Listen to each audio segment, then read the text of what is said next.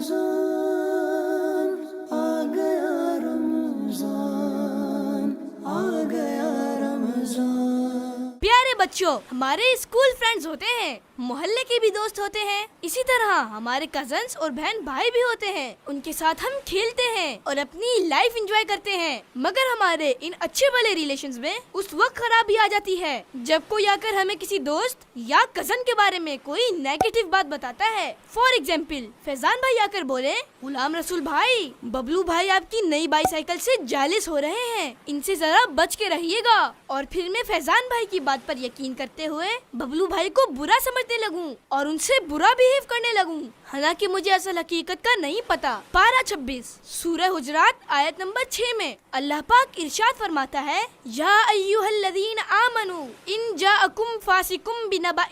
فتبینوا ان تصیبوا قوما بجہالۃ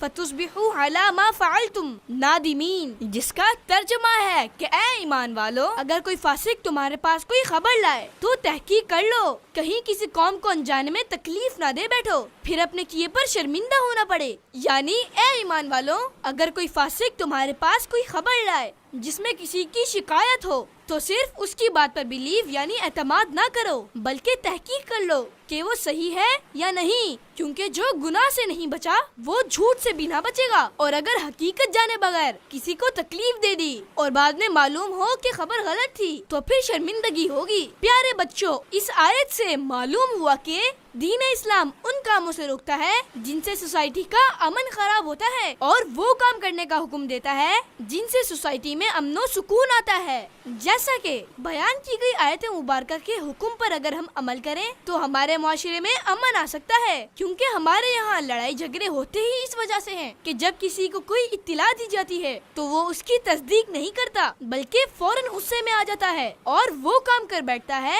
جس کے بعد ساری زندگی پریشان رہتا ہے۔ پیارے بچوں، اس آیت مبارکہ سے یہ بھی معلوم ہوا کہ غیبت کرنے والے اور چغل خور کی بات ہرگز قبول نہ کی جائے اور کسی کام میں جلدی نہ کی جائے، ورنہ بعد میں پچھتانا پڑ سکتا ہے۔ آ گیا رمضان